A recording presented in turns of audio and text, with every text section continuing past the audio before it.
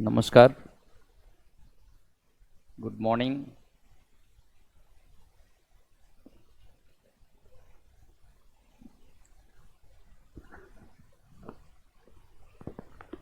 History की class है आज।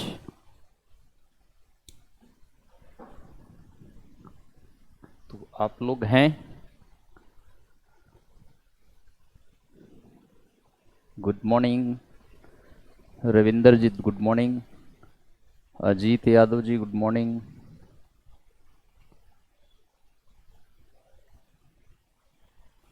प्रशांत सिंह सर आ गए? जी हाँ, आ गया। योगेंद्र, रविंद्र, समर सोनी, प्रशांत सिंह, उदय लोधी। तो आप सब आ गए हैं?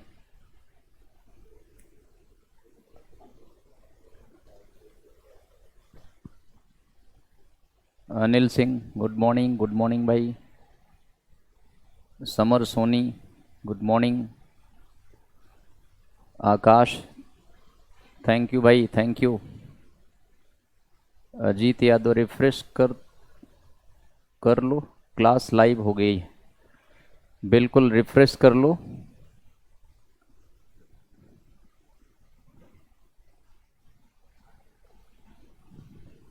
सर जी अच्छी हिस्ट्री पढ़ा दो, मज़ा आ जाएगा।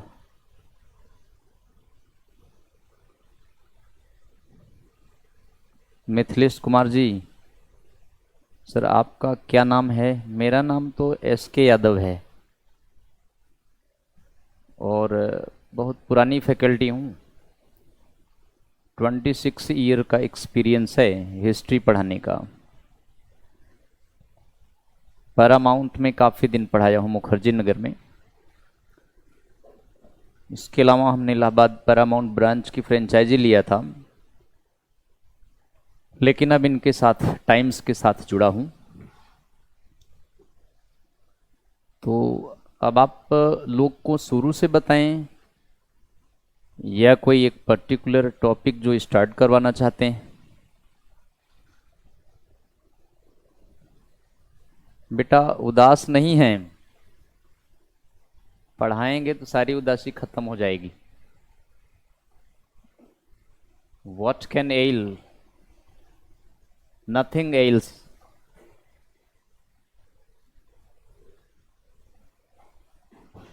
जय प्रकाश जी, बहुत लेट लगा है। कोई बात नहीं, देर आए दुरुस्त आए।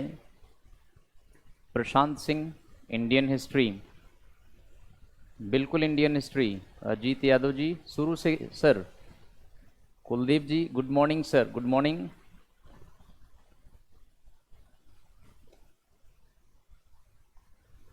जहां से ज़्यादा क्वेश्चन आता है वहां से पढ़ाएं। तो फ्रीडम स्ट्रगल के ज़्यादा क्वेश्चन आते हैं भाई। स्वयं विश्वासकर्मा जी, फ्रीडम स्ट्रगल के ज़्यादा क्वेश्चन आते हैं। अनिल सिंह, स्टार्ट से पढ़ाओ सर जी।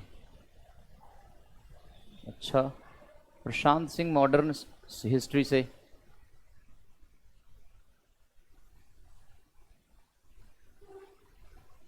तो आप सबकी फरमाइश तो बहुत सारी है और मैं उदास नहीं हूं बेटे। थोड़ा पहली क्लास है ना, अभी पहली क्लास मीन्स आज की पहली क्लास है, वैसे पहली क्लास नहीं है। पढ़ाते पढ़ाते आदमी उदास हो जाता है। रात 9 बजे तक क्लास पढ़ाएंगे, सुबह 7 बजे 8 बजे से, तो उदासी नहीं होगा। सर जहाँ से आपको अच्छा लगे वहाँ से स्टार्ट करो। मैं तो सोच रहा था मुगल वंश से स्टार्ट करूं। मुगल से स्टार्ट करके पूरा फ्रीडम स्ट्रगल करवा देते हैं और फिर एंशियंट से स्टार्ट करके दिल्ली सल्तनत बता देते हैं। इसमें क्या होगा, जो स्ट्रॉन्ग पोर्शन है, इंपॉर्टेंट पोर्शन है, जहाँ से ज़्यादा क्वेश्चन आते हैं वो कवर हो जाएगा। मुगल वंश से पूरा फ्रीडम स्ट्रगल तक, और फिर एंशियंट में स्टोन एज से लेकर पूरा दिल्ली सल्तनत तक पढ़ा देते हैं। जहाँ से स्टार्ट करेंगे वहीं ले आके ख़त्म कर देंगे। औरंगजेब शुरू करो, तो औरंगजेब तो बीच का हो जाएगा बेटे। अब शुरू करना है, शुरू से पढ़ना है, तो आप स्टार्ट से बाबर से क्यों नहीं पढ़ते हैं? तो देखिए, फिर मुगल वंश से स्टार्ट करते हैं। मुगल से स्टार्ट करके पूरा फ्रीडम स्ट्रगल बता देते हैं, और फिर एंशियंट में स्टोन एज से स्टार्ट करेंगे, और आपको दिल्ली सल्तनत तक पढ़ा देंगे। ठीक है ना? तो अब हम थोड़ा कमेंट पर कम ध्यान करेंगे, टॉपिक पे ज्यादा ध्यान फोकस करेंगे।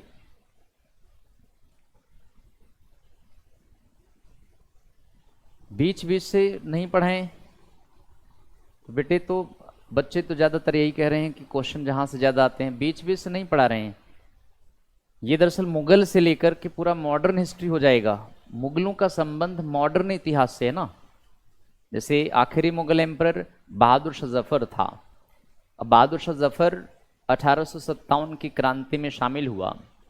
1857 की क्रांति में उसको अरेस्ट कर लिया गया, और फिर उसको रंगून भेजा गया, जहां बहादुर शाह जफर का देहांत हो गया, और उसे रंगून में दफना दिया गया।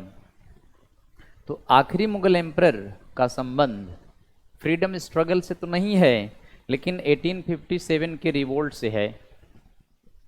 इसीलिए मुगलों से स्टार्ट करके पूरा फ्रीडम स्ट्रगल बता देंगे। ये टॉपिक बिल्कुल डिफरेंट हो जाएगा आपका। बाकी एंशियंट से स्टार्ट करेंगे, दिल्ली सल्तनत तक पूरा करा देंगे। तो चलिए देखिए, समझ में आएगा।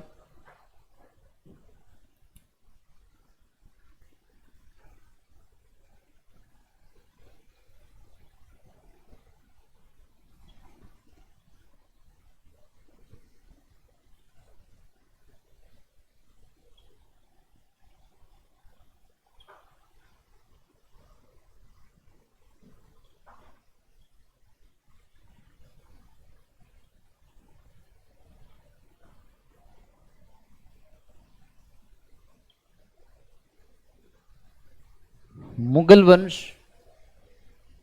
1526 से लेकर 1707 तक चला था, लेकिन आखिरी मुगल एम्परर बहादुर शाह जफर 1862 में मरा था।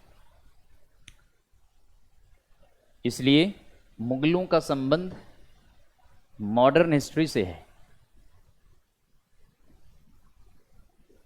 साउंड तो पूरा बोल रहे हैं बेटे।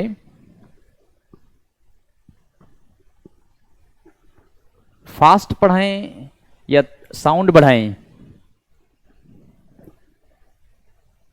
साउंड बढ़ाते हैं।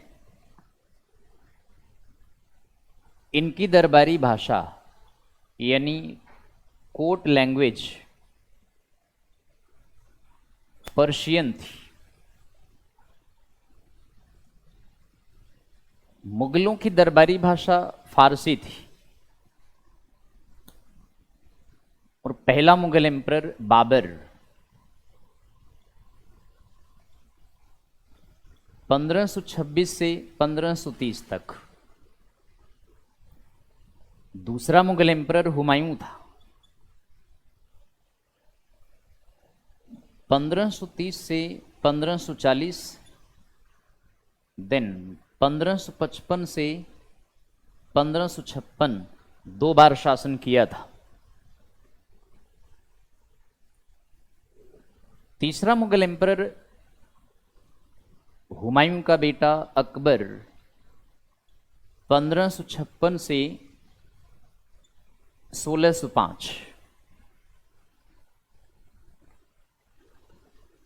बेटे मजा नहीं आएगा, इतिहास है ये। महेश कुमार यादव जी पिंक सिटी से हैं, और पिंक सिटी की स्थापना मिर्जा राजा जयसिंह, सवाई राजा जयसिंह ने किया था। तो मजा आएगा जब इसमें इन्वॉल्व होंगे। अभी तो हमने स्टार्ट ही नहीं किया है, अभी तो केवल मुगलों के नाम बता रहे हैं।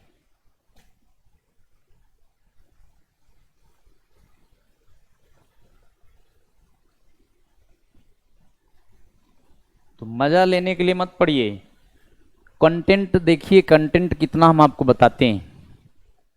मजा लेना हो तो थिएटर में जाइएगा। 3-4 घंटे बैठिए, सिनेमा देखिए, आनंद आएगा। बेटा अकबर के बाद इसका बेटा जहांगीर आया था। 1605 से 1627 तक। देन इसका बेटा शाहजहां था। 1627 से 1658 तक। देन इसका बेटा औरंगजेब आया। 1658 से 1707 तक। ये 6 मुगल एम्परर्स हैं और बड़े ही पावरफुल मुगल एम्परर थे ये 6।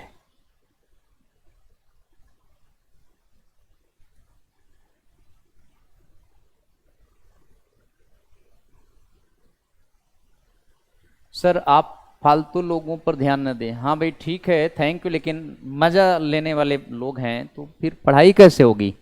कंटेंट हम आपको इतना दे देंगे कि आपको कोई भी क्वेश्चन आएगा तो सॉल्व कर लोगे। अब ये कहो कि मजा लेने वाली बात हम करें तो फिर उससे कोई फायदा नहीं होगा, टाइम वेस्ट होगा। तो मजे पर ध्यान मत दो, फैक्ट और कंटेंट्स पर ध्यान दो। कंटेंट्स कम नहीं बताएंगे, इतना कंटेंट्स बताएंगे कि आप कहोगे सर थोड़ा शॉर्ट कर दो, तो बेहद ज्यादा कंटेंट आपको बताने वाले हैं। तो ये 6 मुगल शासक थे और ये पावरफुल मुगल एम्परर थे। आखिरी मुगल एम्परर औरंगजेब जो शक्तिशाली था, इसके डेथ के बाद मुगल वंश का पतन बड़ी तेजी से स्टार्ट हुआ था। लेकिन इसके डेथ के बाद जो वीक सक्सेसर्स आए हैं, बहादुर शाह फर्स्ट, बहादुर शाह फर्स्ट 1707 से 1712 ईस्वी तक, जहांदार शाह, जहांदार शाह 1712 1713। इसके बाद फर्रुखशियर आया था। फर्रुखशियर 1713 से 1719 तक मुगल शासक फर्रुखशियर था।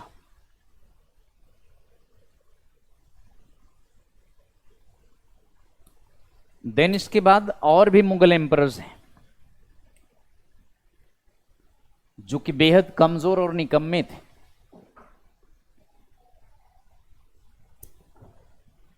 तो फर्रुखशियर के बाद नेक्स्ट मुगल एम्परर रफी उद दारजाद था। रफी उद दारजाद 1719 में था। नेक्स्ट रफी उद दौला आया। ये भी 1719 में 2-3 महीने के लिए था। नेक्स्ट इसके बाद मोहम्मद शाह रंगीला, ये नेक्स्ट मुगल एम्परर 1720 से 1748 तक था। और इस रंगीला के बाद एक और आया अहमद शाह। अहमद शाह 48 से 1754 तक।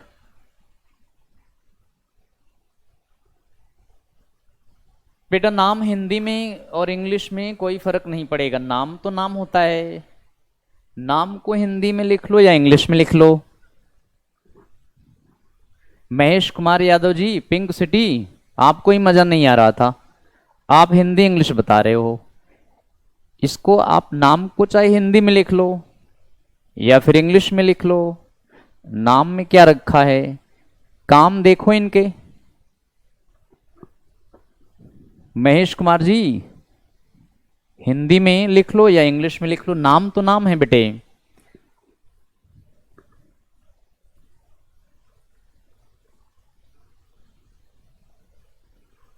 तो इसके बाद नेक्स्ट मुगल एम्परर, अगला मुगल शासक था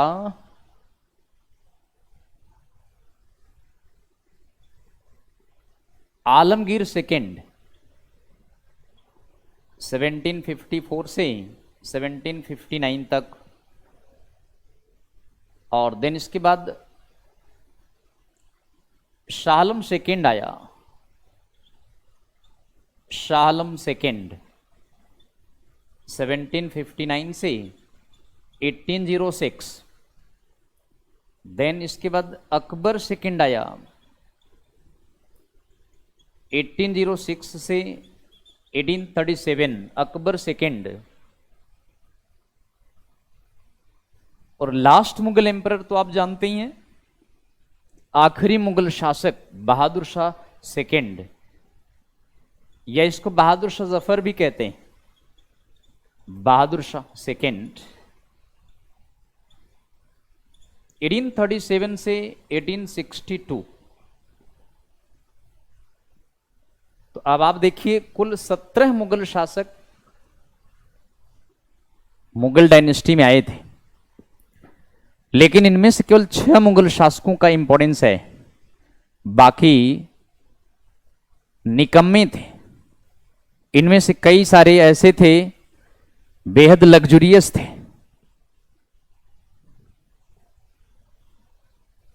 वीडियो रुक रुक के चल रही है भाई, देखिए बच्चे कह रहे हैं वीडियो रुक रुक के चल रहा है। अनुरुद्ध मिश्रा जी कह रहे हैं बनवा रहे हैं बेटे, बट 17 मुगल शासक हैं, इसको याद कैसे करोगे? तो आपका बेटे नेट प्रॉब्लम हो सकता है। महेश कुमार तुम्हारे नेट की समस्या होगी बेटे।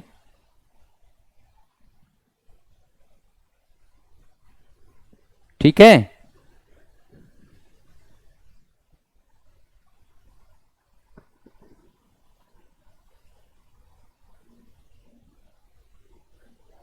सही तो चल रहा है बच्चों का। कुलदीप भी कह रहे हैं ओके। महेश कुमार नहीं सर। प्रशांत जी कह रहे हैं सही चल रहा है। बेटा महेश, तुम्हारी प्रॉब्लम्स मुझे ज्यादा गंभीर लग रही है, तुम्हें कैप्सूल की आवश्यकता है, टैबलेट से नहीं ठीक होगा तू।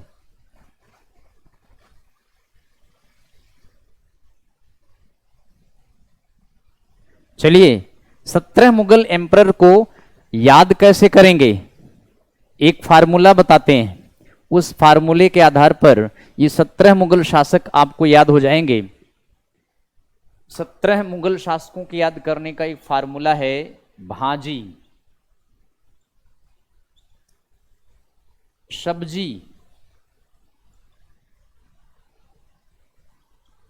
फॉर मां साहब। ये फार्मूला है भाजी सब्जी फॉर मां साहब। इसमें 17 मुगल शासकों के नाम हैं।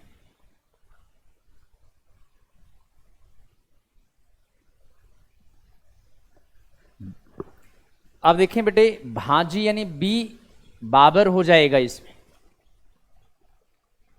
एच से हुमायूं हो जाएगा, हुमायूं। ए से अकबर हो जाएगा, जे आई से जहांगीर हो जाएगा, एस एच से शाहजहां हो जाएगा, ए से औरंगजेब का नाम आ जाएगा,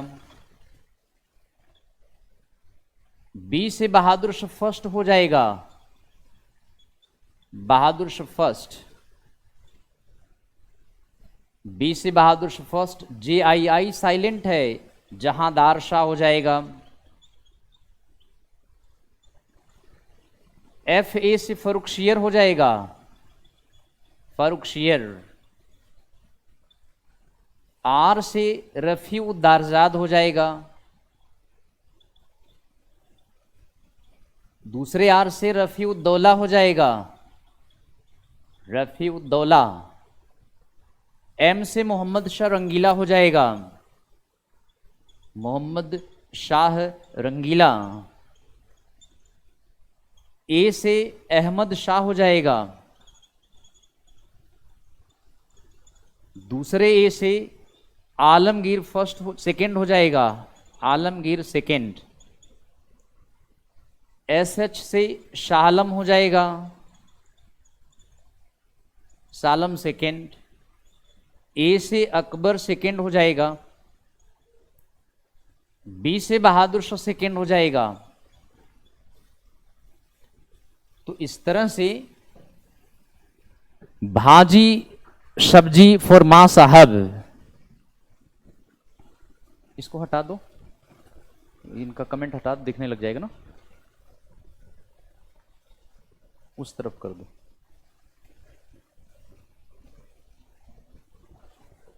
हाँ।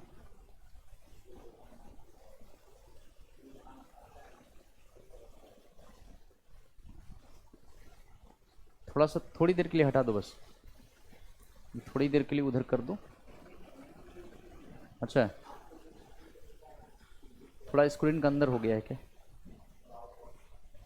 तो बेटे वैसे नहीं दिख रहा है तो यहां से देख ले।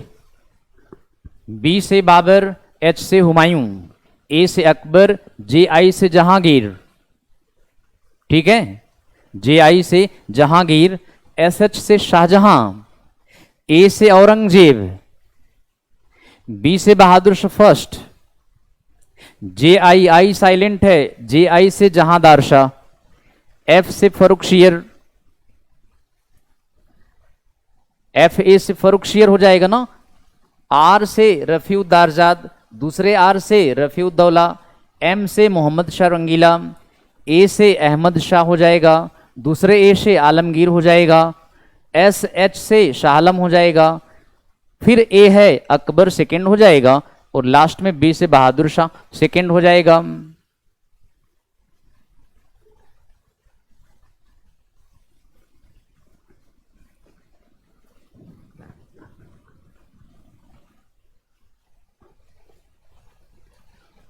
तो बताएं, क्लियर हो गया ना? चलिए, शॉर्ट ट्रिक यही होगा कि भाजी सब्जी फॉर मां साहब, फिर बता देंगे, नहीं समझ में आएगा। हम पहले मुगल एम्परर पर चलते हैं, पहला मुगल किंग बाबर पर चलते हैं।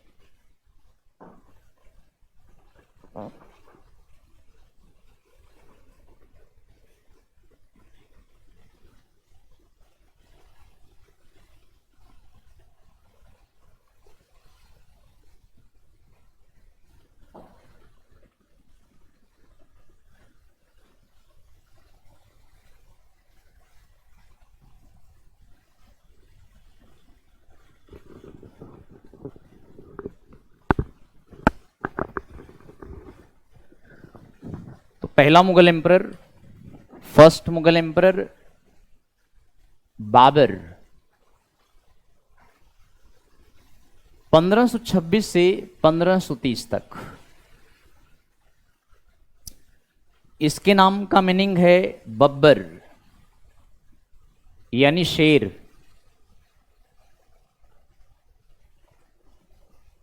इसका रियल नेम जहीरुद्दीन मोहम्मद बाबर था। बाबर का वास्तविक नाम जहीरुद्दीन मोहम्मद बाबर। जहीरुद्दीन मोहम्मद बाबर का जन्म 14 फरवरी 1483 में फरगना में हुआ था। फरगना उज्बेकिस्तान में है।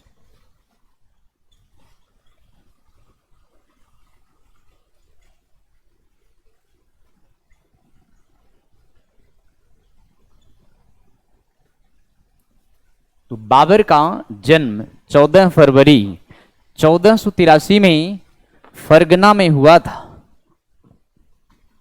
बाबर के पिता उमर शेख मिर्जा फरगना के राजा थे। बाबर की मम्मी कुतलुग निगार खानम। बाबर का पिता उमर शेख मिर्जा फरगना के किंग थे। बाबर की मम्मी कुतलुग निगार खानम। पिता साइड से बाबर तैमूर लंग की 5वीं जनरेशन था। मम्मी साइड से चंगेज खान की 14वीं जनरेशन था। बाबर में एशिया के 2 महान योद्धाओं के घर से बिलोंग करता था। बाबर का पिता उमर शेख मिर्जा तैमूर लंग वंश का, बाबर की मम्मी कुतलुग निगार खानम चंगेज खान वंश की थी। तो बाबर एशिया के 2 महान घरानों से बिलोंग करता था। एक बार ये प्रश्न पूछा गया है कि बाबर एशिया के 2 किन घरानों से बिलोंग करता था। तो एशिया के 2 महान घराने चंगेज खान, तैमूर लंग थे। बाबर के पिता उमर शेख मिर्जा का देहांत 1483 में हो गया। 1483 में बाबर पैदा हुआ। 1494 में बाबर के पिता उमर शेख मिर्जा का देहांत हो गया। इस समय बाबर मात्र 11 वर्ष का था। 11 वर्ष की एज में बाबर फरगना की गद्दी पर बैठा।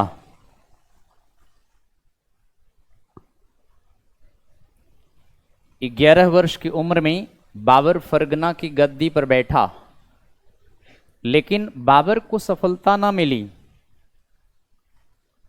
बाबर फरगना में उज्बेकों से हार गया और इधर उधर भटकने लगा। लगभग 4 बार प्रयास किया फरगना को जीतने का, बट बाबर फरगना को जीत नहीं पाया। उज्बेकों ने और मिर्जाओं ने बाबर को फरगना से हराकर भगा दिया। 1501 ईस्वी में सरेपोल की लड़ाई में उज्बेक नेता शैबानी खान ने बाबर को बुरी तरह से हराया। इस हार के बाद फिर बाबर कभी भी फरगना को जीत नहीं पाया। तो इस तरह से 1501 में सरेपोल की लड़ाई में बाबर हारने के बाद फिर फरगना पर कब्जा नहीं कर पाया। 1504 ईस्वी में 1504 ईस्वी में बाबर ने काबुल पे अधिकार कर लिया और यहीं पर 1507 ईस्वी में बादशाह की उपाधि धारण किया।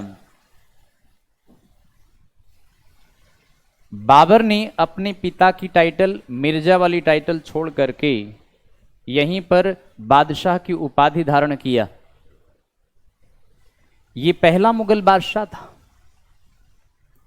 दिन बाबर ने काबुल पर अपने साम्राज्य को गठित करने लगा। बेटा एक बार रिवाइज करवा देते हैं, जो पढ़ लिए हैं एक बार रिवीजन कर लो, क्योंकि इसमें वो बच्चे भी हैं जो पहले नहीं पढ़े हैं। एक बार रिवाइज कर लो, कुछ एक्स्ट्रा ही मिल जाएगा आपको, पहले से ज्यादा ही कुछ मिल जाएगा, फायदा ही हो जाएगा। ठीक है,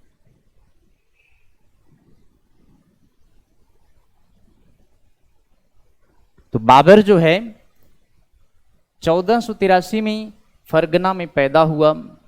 उसके पिता उमर शेख मिर्जा 1494 में देहांत हो गया। 1501 में बाबर शैबानी खान से हार करके भाग आया। 1504 में बाबर ने काबुल पर अधिकार कर लिया। 1507 में बाबर ने काबुल में बादशाह की उपाधि धारण किया। यहीं पर बाबर को इंडिया से कुछ लोगों ने निमंत्रण भेजा, बाबर को इनवाइट किया, यह सोच के इनवाइट किया कि बाबर आएगा, इब्राहिम को हराएगा, मारकर लूटपाट कर वापस काबुल चला जाएगा। जिन्होंने बाबर को इनवाइट किया उनमें से 3 नाम फेमस हैं। बाबर को 3 लोगों ने इनवाइट किया। एक तो राणा सांगा, ये मेवाड़ के शासक थे। दूसरे आलम खान लोदी, ये इब्राहिम लोदी के चाचा थे। और दौलत खान लोदी,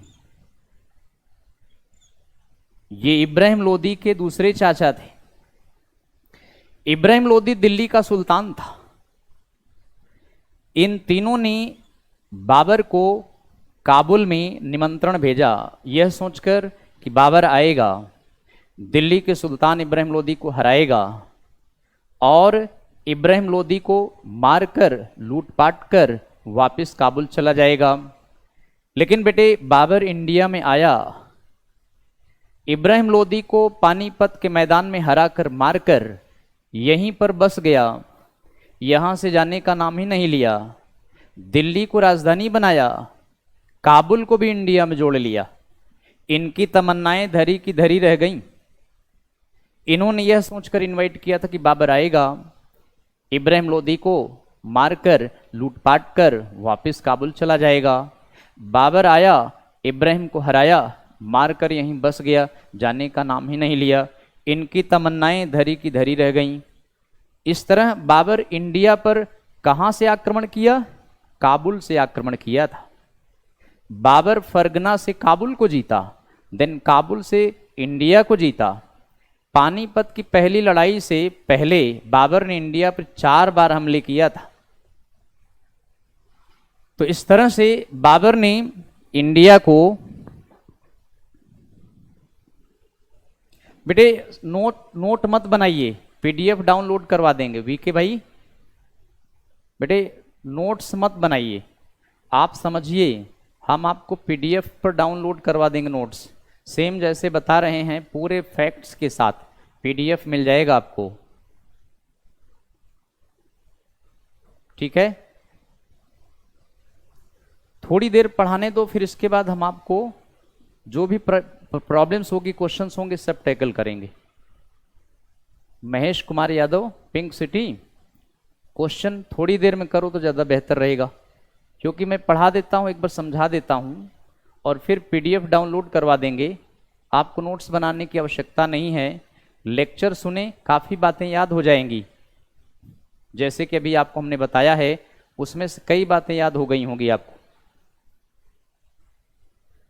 अब आपकी इच्छा, अगर लिखना चाहते हैं रविंदर जी तो लिख सकते हो, मैं रोक नहीं रहा हूं, लेकिन आपको सेम पीडीएफ बना बनाया मिल जाएगा और मैं स्टोरी टाइप का पूरी अच्छी तरह से इसको समझा देता हूं, आपके समझ में आ जाएगा। जैसा कि हमने आपको अभी तक बताया है, बाबर काबुल से इंडिया पर आक्रमण किया। बाबर को 3 लोगों ने इनवाइट किया, तीनों में राणा सांगा मेवाड़ के किंग थे। आलम खान लोदी, दौलत खान लोदी इब्राहिम लोदी के चाचा थे। तीनों ने यही सोच के इनवाइट किया कि बाबर आएगा, इब्राहिम को हराएगा, मारकर लूटपाट कर वापस चला जाएगा। लेकिन बाबर आया, इब्राहिम लोदी को हराया, मारकर यहीं बस गया, जाने का नाम ही नहीं लिया। इनकी तमन्नाएं धरी की धरी रह गईं। इस तरह बाबर ने दिल्ली को राजधानी बनाया। बेटे काबुल को राजधानी नहीं बनाया, काबुल को भी इंडिया में एक प्रांत के रूप में शामिल कर लिया। इस तरह बाबर पहला मुगल किंग है जिसने काबुल को इंडिया में जोड़ा और हुमायूं के हाथ से काबुल निकल गया। फिर अकबर ने काबुल को जीत लिया, फिर जहांगीर के हाथ से काबुल निकल गया। लास्ट में औरंगजेब ने पुनः काबुल को जीता, बहादुर शाह फर्स्ट के हाथ से काबुल निकल गया। तो इंडिया में काबुल 3 मुगल शासकों के हाथ में था। 3 मुगल शासकों के पास काबुल इंडिया में था, बाबर के पास, अकबर के पास, औरंगजेब के पास। ये प्रश्न पूछा गया है, इनमें से किन मुगल शासकों के पास काबुल नहीं था? तो 3 के पास था, चौथे के पास नहीं था।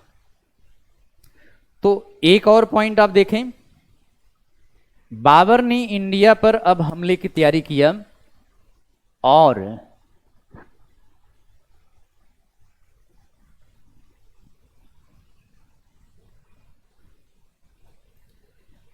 बाबर ने इंडिया को 1519 से 1524 के बीच में 4 बार इंडिया पर आक्रमण किया था, 4 टाइम्स। 1519 से 24 के बीच में बाबर ने इंडिया पर 4 आक्रमण किए थे, यह देखने के लिए कि वह इंडिया में सफल हो पाएगा या नहीं। पहला आक्रमण इस समय इसने बाजौर पर किया था। पहला आक्रमण इसने बाजौर पर किया। बाजौर ये भेरा और पंजाब के ऊपर वाला एरिया है। तो बाजौर की लड़ाई इस समय लड़ा और इस लड़ाई में बाबर ने पहली बार इंडिया में आर्टिलरी का प्रयोग किया था, तोप खाने का प्रयोग किया है। तो इंडिया में फर्स्ट टाइम बाबर ने किस लड़ाई में तोप खाने का प्रयोग किया है? तो बाजौर की लड़ाई में। ये आज वर्तमान में पाकिस्तान में है। इसी लड़ाई में बाबर ने इंडिया में फर्स्ट टाइम तोप खाने का प्रयोग किया था। हालांकि वैसे इंडिया में तोपों का प्रयोग किया जाता था, लेकिन आग के गोले नहीं, पत्थर के गोले फेंकते थे। आग के गोले फेंकने वाली आर्टिलरी इंडिया में फर्स्ट टाइम बाबर लाया। और बाबर के जो आर्टिलरी मैन थे, तोपची जो थे, वो ऑटोमन एम्पायर से थे, उस्मानिया साम्राज्य से थे। इसलिए बाबर ने इंडिया में उस्मानिया प्रणाली का प्रयोग किया था। शायद आप पढ़े हों, उस्मानिया पद्धति का प्रयोग फर्स्ट टाइम इंडिया में बाबर ने किया था। उस्मानिया प्रणाली में तोप खाने के जो इंचार्ज थे वो उस्मानिया यानी ऑटोमन एम्पायर के थे, उस्ताद अली और मुस्तफ़ा रूमी। उस्ताद अली, मुस्तफ़ा रूमी बाबर के 2 तोपची थे, और ये दोनों तोपची ऑटोमन एम्पायर से आए थे, उस्मानिया साम्राज्य से आए थे। बाबर के आर्टिलरी का, कैनन का, इन सब का इस्तेमाल बाबर से इन दोनों ने करवाया। तो ये 2 नाम हैं जिन्होंने इसको प्रयोग किया था। एक तो मुस्तफ़ा रूमी, मुस्तफ़ा रूमी, और दूसरा जो तोपची था उसका नाम है उस्ताद अली कुली। ये 2 प्रसिद्ध तोपची थे जो बाबर अपने साथ इंडिया में लाया, और विधिवत तरीके से इन दोनों ने तोपों का प्रयोग करवाया उस्मानिया प्रणाली के अंडर में। उस्मानिया को इंग्लिश में ऑटोमन एम्पायर कहते हैं। ठीक है बेटे, तो ये पॉइंट बेहद इंपॉर्टेंट पॉइंट है। सिविल वगैरह की ये क्वेश्चंस में आए हुए हैं कि बाबर के साथ 2 तोपची इंडिया में कौन आए थे। तो बाबर के साथ यही 2 तोपची थे जो इंडिया में आए थे, और इन्होंने तोपों का विधिवत प्रयोग किया। किस प्रणाली के अंडर में? उस्मानिया ऑटोमन प्रणाली के अंडर में। महेश कुमार भाई 5 बार हमला किया। अगर पानीपत की लड़ाई को भी ले लो बेटे तब 5 बार होगा। अगर ये भी ले लो तो 4 + 1 5 हो जाएगा। बिल्कुल सही हो, लेकिन हमने 5 बार नहीं बताया क्योंकि पानीपत की पहली लड़ाई से पूर्व 4 आक्रमण किए हैं। पानीपत की लड़ाई तक लोगे तो 5 आक्रमण हो जाएंगे, क्योंकि पानीपत की लड़ाई के बाद बाबर ने इंडिया में मुगल वंश की नींव डाली। तो 5 बार तभी होगा जब पानीपत को भी काउंट किया जाएगा, क्योंकि 1519 में 2 बार आक्रमण किया था, 1520 में 1 बार किया था, 1524 में फिर किया था, देन इसके बाद 1526 में आया था। तो ये 5 बार यहां तक तभी होगा। अगर यहां से यहां काउंट करोगे बेटे तो ये 4 बार ही होगा। ये एनसीईआरटी में दिया हुआ है, ये लुसेंट का नहीं बता रहे हैं बेटे। लुसेंट में दिया होगा क्योंकि आजकल टीचर लुसेंट से ही पढ़ाते हैं ज़्यादातर। एनसीईआरटी से पढ़ाना टफ होता है। एनसीईआरटी में जो फैक्ट्स दिया है वो आपको हम बता रहे हैं। ये आपको डेट भी दे दिए, 1519 में 2 बार, 1520 में 1 बार, 1524 में फिर 1 बार, इसके बाद 1526 में पानीपत की पहली लड़ाई लड़ा। ये हैं, बिल्कुल गलत डेट दे रहे हो। 1519, 1526, 1527, 1528, तुम बिल्कुल गलत बता रहे हो। वो जो तुम बता रहे हो बेटे वो ये है 1526 में पानीपत की पहली लड़ाई, 1527 में खानवा की लड़ाई, 1528 में चंदेरी की लड़ाई, 1529 में घाघरा की लड़ाई। ये 4 लड़ाइयां इंडिया में बाबर ने लड़ी है। उसके हिसाब से बेटा तुम्हारी कम है, उसके हिसाब से 1 2 3 4 5 6 7 8 9 हो गया। और तुम कितने बता रहे हो बेटे? 4 ही बता रहे हो। तो पानीपत में पानी पिया, खानवा में खाना खाया, चंदेरी में चाय पिया, घाघरा से घर गया और 1530 में आगरा में मर गया। तो पानी पिया, खाना खाया, चाय पिया, घर गया, मर गया इंडिया में 1526 में पानीपत की पहली लड़ाई में। बाबर ने किसको हराया? इब्राहिम लोदी को हराया। इब्राहिम लोदी हार के बाद मारा गया। खानवा में किसको हराया? राणा सांगा को हराया। चंदेरी में मेदिनी राय को हराया, ये मालवा का किंग था। घाघरा में महमूद लोदी को हराया। तो बाबर ने इन 4 लड़ाइयों में इनको हराया। इसलिए बेटे पानीपत की पहली लड़ाई 1526 में बाबर ने इब्राहिम लोदी को हराया। पानीपत की दूसरी लड़ाई 1556 में अकबर ने हेमू को हराया था। पानीपत की तीसरी लड़ाई 1761 में अहमद शाह अब्दाली ने मराठों को हराया। इसलिए बाबर की इंडिया में 4 फेमस लड़ाइयां हैं। और इस समय 1530 में बाबर का देहांत हो गया था। Babur died at Agra. एक और एनसीईआरटी में लाहौर दिया है बेटे, गाइड्स में आगरा दिया गया है कि बाबर का देहांत 1530 में आगरा में हुआ। लेकिन एक और एनसीईआरटी में पॉइंट है कि बाबर का देहांत लाहौर में हुआ। बाबर आगरा से काबुल जा रहा था। बाबर आगरा से काबुल जा रहा था। लाहौर में हॉल्ट करने के लिए रुका, आराम करने के लिए रुका। जैसे ही चलने के लिए उठा, गिरा, अकस्मात मर गया। बाबर की डेड बॉडी कहते हैं आगरा में लाया, आगरा के आराम बाग में दफनाया कुछ दिन के लिए। बाद में बाबर की इच्छा थी उसका टॉम्ब, उसका मकबरा काबुल में बने। हुमायूं ने बाबर का मकबरा काबुल में बनवाया। तो बेटे इस तरह बाबर के देहांत में 2 बातें हैं। अगर एसएससी के एग्जाम में आए तो आगरा आंसर की में आ चुका है। लेकिन बेटे अगर यूपीएससी में आप जा रहे हैं अपीयर होने तो उसमें लाहौर आंसर लगाइए, क्योंकि यूपीएससी के आंसर की में ये उस्मानी प्रणाली पता होता है, लेकिन ये तो खाने वाला प्रॉब्लम्स आता है। ये बंद हो गया है ऑनलाइन, कहाँ गया है? नहीं,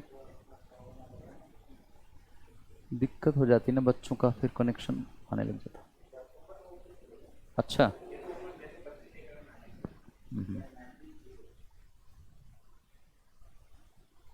तो बेटे आगे बढ़ते हैं और फिर आपको आगे बताते हैं।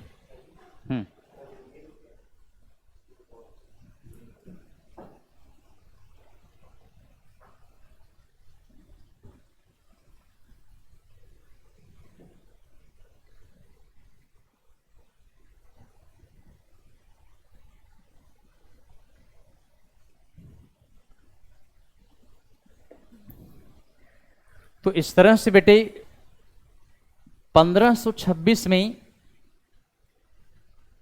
First battle of Panipat, first battle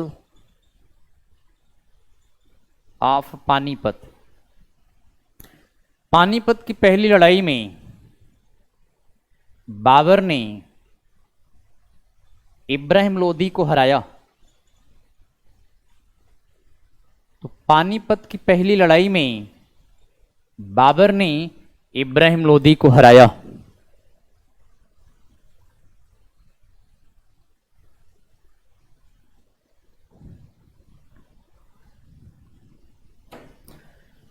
नहीं चल रहा भाई, कहां गया? कहीं गए क्या? चल ही नहीं रहा है। उधर देखो, रुका हुआ है सारा।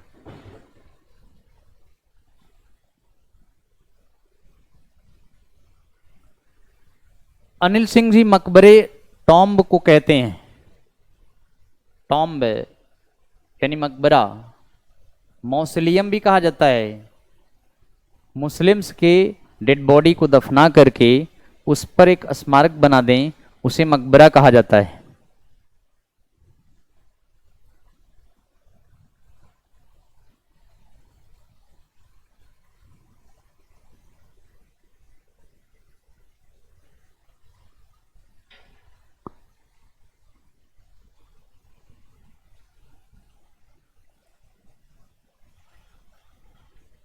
लिख रहे हैं ना बच्चे, बार बार रुक रहा है। जी बेटे रुक रहा है, नेटवर्किंग प्रॉब्लम हो जाती थोड़ी सी कभी कभी।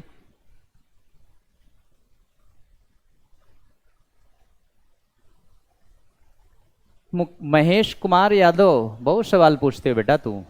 राजा राममोहन राय को राजा की उपाधि किसने दी बेटा? मुगल किंग अकबर सेकंड ने दिया था, क्योंकि शाह आलम सेकंड को अंग्रेजों ने पेंशन दिया, लेकिन शाह आलम सेकंड के डेथ के बाद यह पेंशन उसके बेटे अकबर सेकंड को नहीं दिया। इसलिए अकबर ने राममोहन रॉय से कहा कि आपको इंग्लिश आती है, आप इंग्लैंड जाइए और उसकी पेंशन की सिफारिश करिए। राममोहन रॉय को राजा की टाइटल दे दिया। पेंशन के लिए बात करने इंग्लैंड गया, लेकिन पेंशन की टेंशन में राममोहन रॉय का देहांत लंदन के ब्रिस्टल में हो गया, पेंशन नहीं दिला पाए।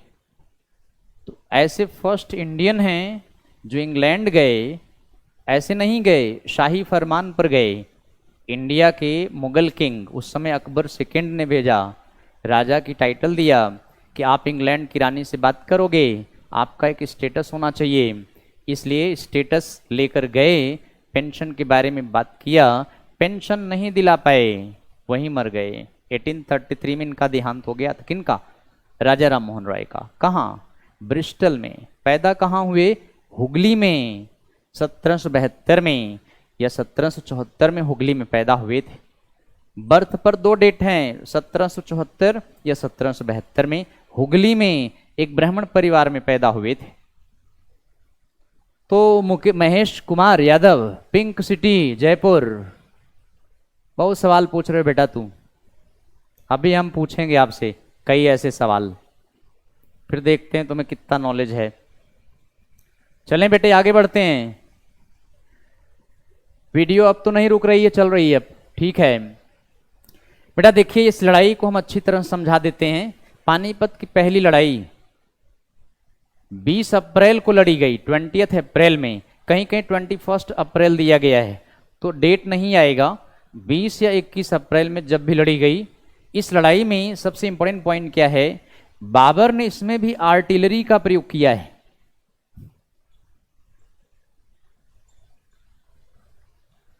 और इस लड़ाई में तुलगमा स्ट्रेटजी का प्रयोग किया है। तुलगमा रण पद्धति का प्रयोग किया है। सो बाबर ने पानीपत की पहली लड़ाई में भी तोप खाने का प्रयोग किया है। ये तोप खाने उस्मानी पद्धति के हिसाब से लगाई थी, उस्मानी विधि से लगाई थी।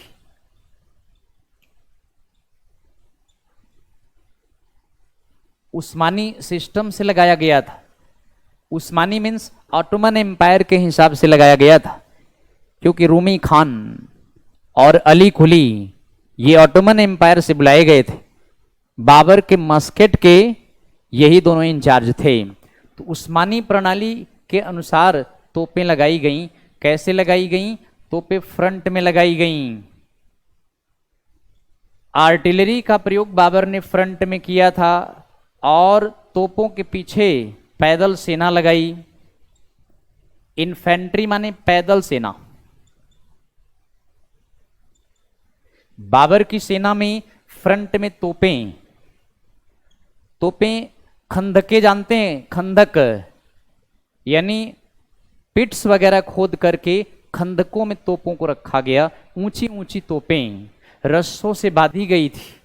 ये तोपें पैदल सिपाहियों को तीर भालों से रक्षा भी करती थी।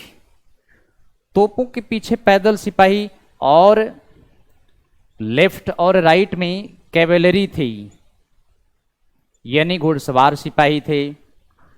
लेफ्ट साइड में और राइट साइड में कैवेलरी लगा रखा था। तो ये बाबर की स्ट्रेटजी थी। फ्रंट में तोपें, पीछे पैदल सेना, दाईं बाईं तरफ घुड़सवार सिपाही। इब्राहिम लोदी ने फ्रंट में एलिफेंट्स लगाया था। एलिफेंट्स के पीछे पैदल सेना, लेफ्ट राइट में घुड़सवार सिपाही थे। तो ये इब्राहिम की सेना की स्ट्रेटजी थी।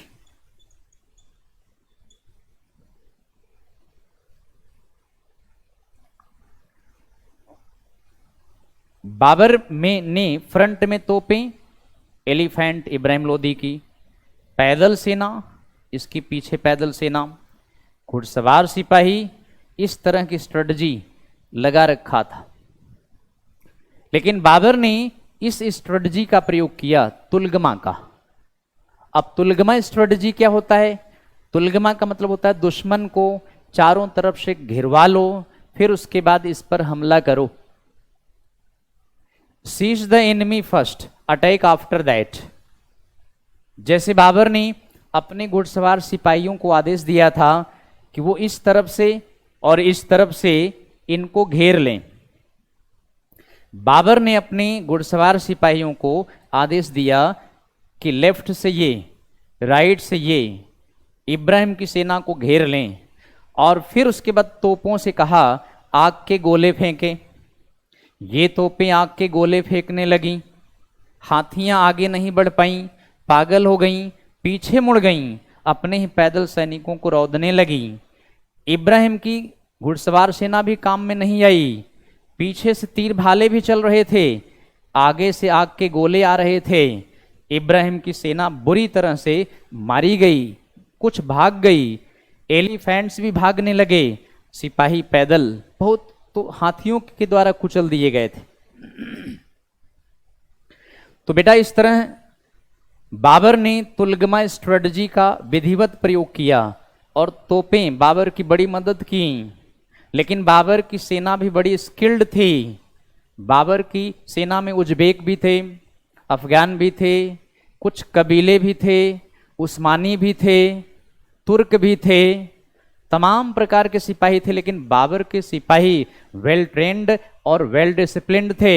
बाबर ने अपनी ऑटोबायोग्राफी में भी लिखा है कि the soldiers of India know to die not to struggle. Bharat के सैनिक मरना जानते हैं, लड़ना नहीं। ये बाबर ने अपनी आत्मकथा तुजुक बाबरी में लिखा है कि बाबर देख चुका था कि इंडिया में सिपाहियों को कोई डिसिप्लिन ही नहीं था, अनुशासित तरीके से लड़े ही नहीं। इब्राहिम लोदी की सेना लगभग 1.5 लाख के करीब थी, 1.5 लाख, जबकि बाबर की सेना में 30 से 40 हजार टोटल थे कुल। लेकिन बाबर कभी फ्रंट में आके नहीं लड़ा बेटे। बाबर पीछे रहकर स्ट्रेटजी बनाया, अपने सेनापतियों को फ्रंट में लड़ाया। इब्राहिम लोदी फ्रंट में आके लड़ा, इसीलिए इब्राहिम लोदी पकड़ा गया, मारा गया।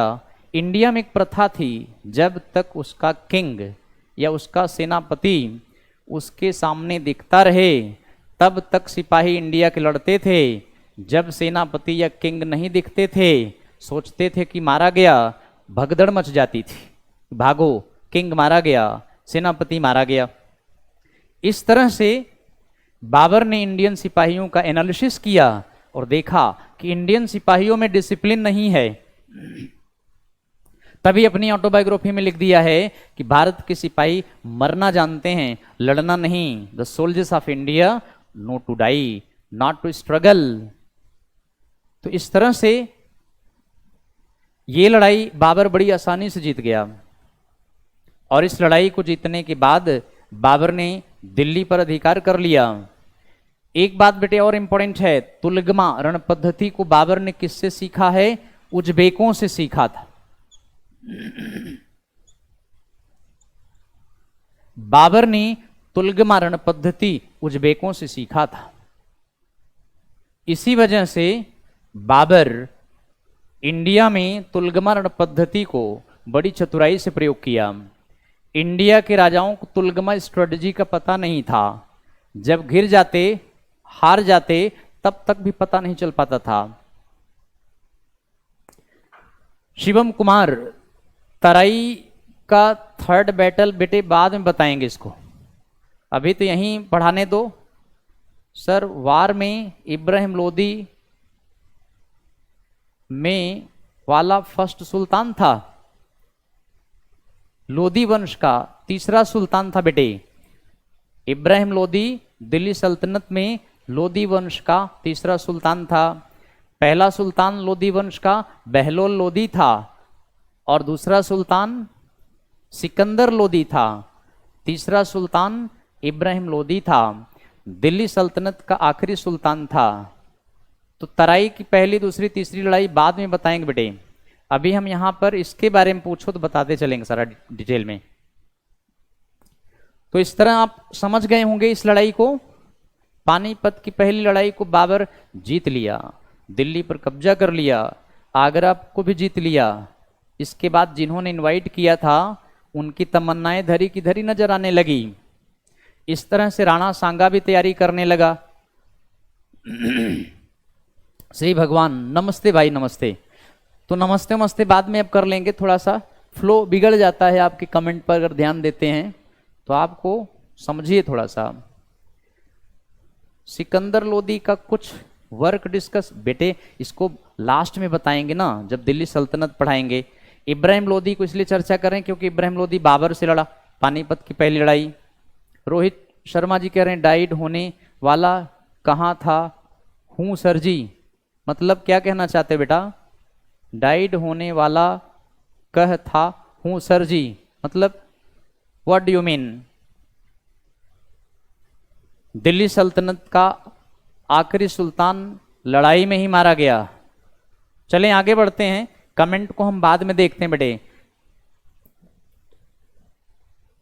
दूसरी लड़ाई और ध्यान से देखें, दूसरी भी बड़ी इंपॉर्टेंट लड़ाई है। तो नेक्स्ट लड़ाई अब आपको बता रहे हैं। अगली लड़ाई 1527 में बैटल ऑफ खानवा।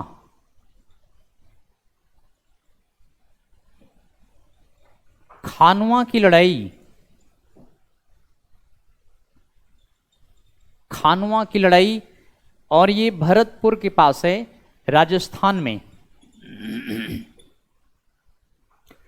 भरतपुर के पास राजस्थान में है। इस लड़ाई में बाबर ने राणा सांगा को हराया। राणा सांगा मेवाड़ के किंग थे और ये सिसोदिया वंश के राजा थे, सिसोदिया डायनेस्टी के थे। राणा सांगा के बारे में कहा गया है कि इस लड़ाई से पहले 49 लड़ाई लड़ा था। खानवा की लड़ाई राणा सांगा के जीवन की 50वीं लड़ाई थी। 49 लड़ाई में राणा सांगा के शरीर पर 80 या 89 तीर भालों के घाव के निशान थे। कहीं 80 दिया है, कहीं 89 दिए, ये पूछा नहीं जाता है। लड़ाइयों में एक आंख, एक हाथ, एक पैर भी खो चुका था। राणा सांगा की इस बहादुरी की कहानी सुनकर बाबर के सिपाही डर गए, लड़ने को तैयार ही नहीं हुए। बाबर के सिपाही काबुल चले जाना चाहते थे। बाबर ने सोचा कि अगर ये सिपाही काबुल चले गए तो राणा सांगा काबुल तक हमें छोड़ेगा नहीं, काबुल पर भी हमला करके जीत लेगा, हमें हरा देगा। तो बाबर की चिंता बढ़ गई क्योंकि सिपाही तैयार ही नहीं हो रहे थे। राणा सांगा की बहादुरी की कहानी सुनकर डर गए।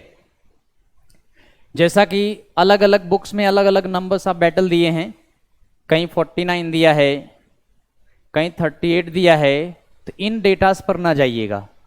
तो 49 लड़ाई खानवा से पहले लड़ा, ऐसा ये आरसी शर्मा की किताब में दिया हुआ है, और एक किताब है सतीश शर्मा की भी किताब में ऐसा दिया है, लेकिन छोड़िए, इन पर ना जाइए, ये डेटा नहीं है।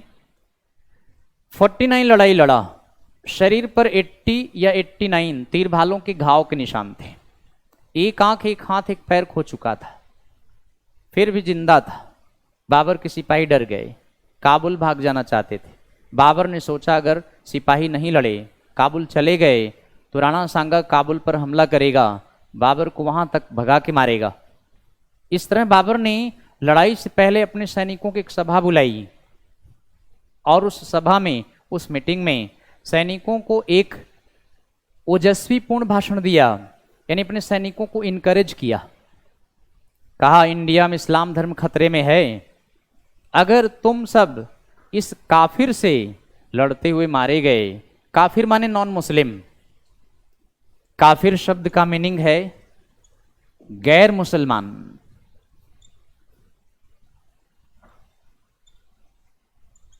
तो काफिर को जिम्मी भी कहते हैं, इसको जिम्मी भी कहा जाता है।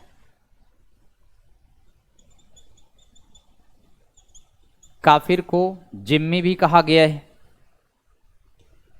तो बताया कि अगर इस काफिर से लड़ते हुए तुम मारे गए तो जन्नत जाओगे, जन्नत माने स्वर्ग, और अगर तुम भाग गए तो तुम भी काफिर कहलाओगे, मतलब अपने सिपाहियों को कहा। इंडिया में इस्लाम धर्म खतरे में है, राणा सांगा जैसे काफिर से लड़ते हुए मारे गए तो स्वर्ग जाओगे, जन्नत जाओगे, और अगर नहीं लड़े, काबुल भाग गए, तो तुम भी काफिर या जिम्मी कहलाओगे, तुम्हें अल्लाह माफ नहीं करेगा। इस तरह से एक ओजस्वीपूर्ण भाषण दिया, और इसके बाद उसके सिपाही यानी बाबर के सिपाही लड़ने को तैयार हो रहे थे। बाबर ने खानवा की लड़ाई से पहले खानवा लड़ाई को जिहाद का नाम भी दे दिया। जिहाद माने धर्म युद्ध होता है, इस लड़ाई को जिहाद का नाम दिया। जिहाद का मतलब होली वॉर, रिलीजियस वॉर, या इसको कहते हैं struggle for the sake of Islam religion, Islam धर्म की रक्षा के लिए लड़ो, struggle for the sake of Islam religion. अगर इस लड़ाई में तुम्हारी जान चली गई तो अल्लाह तुम्हें जन्नत नसीब करेगा। तो जिहाद शब्द का असली मीनिंग स्ट्रगल होता है, लेकिन यहां धर्म युद्ध भी कह सकते हैं, क्योंकि मुस्लिम सैनिकों को राणा सांगा के खिलाफ उत्साहित किया गया, जिससे जिहाद के नाम से सिपाही लड़ें और हारें तो भी लड़ें, भागे नहीं, मर जाएं भागे ना। तो एक बात तो ये बड़ा इंपॉर्टेंट है। दूसरा, बाबर ने वाइन पे प्रतिबंध लगा दिया, बाबर ने शराब पर प्रतिबंध लगा दिया बेटे। और शराब के बड़े बड़े पॉट्स थे, मेटल के पॉट्स, मेटल के बर्तन में वाइन रखी जाती थी। तो बाबर ने शराब पीने पर बैन लगा दिया, मेटल के पॉट्स तोड़कर गरीब सैनिकों को दे दिया, गरीबों को दे दिया। सोचा कि ये सिपाही लड़ाई में वाइन लेके जाएंगे, पिएंगे और लुढ़क जाएंगे, लड़ेंगे थोड़ी। इस तरह से बाबर ने वाइन पे बैन लगा दिया। बेटे, बाबर भी वाइन नहीं पीता था, वाइन के बैन हो जाने पर बाबर भी वाइन का सेवन छोड़ दिया, वाइन की जगह अफीम लेने लगा। इंग्लिश में इसको ओपियम कहते हैं, अफीम।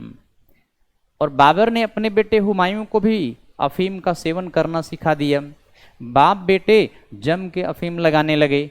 हुमायूं तो कभी कभी ज्यादा लगा लेता था, अपने अंतिम समय में यानी 1556 में, अभी नहीं 1556 में, जीवन के अंतिम पल में हुमायूं ने इतनी जम के अफीम लगा लिया कि शाम के समय में पुस्तकें पढ़ने पुस्तकालय गया, 5वीं मंजिल पे चढ़ गया, नमाज पढ़ने की आवाज़ कान में पड़ी, सोचा बगल में मस्जिद है, चले नमाज अदा कर दें। जल्दी जल्दी सीढ़ियों से उतरने लगा, पैर डगमगाया, गिरा, लुढ़कता हुआ नीचे चलाया, नीचे से ऊपर चला गया था। ये 1556 की बात है।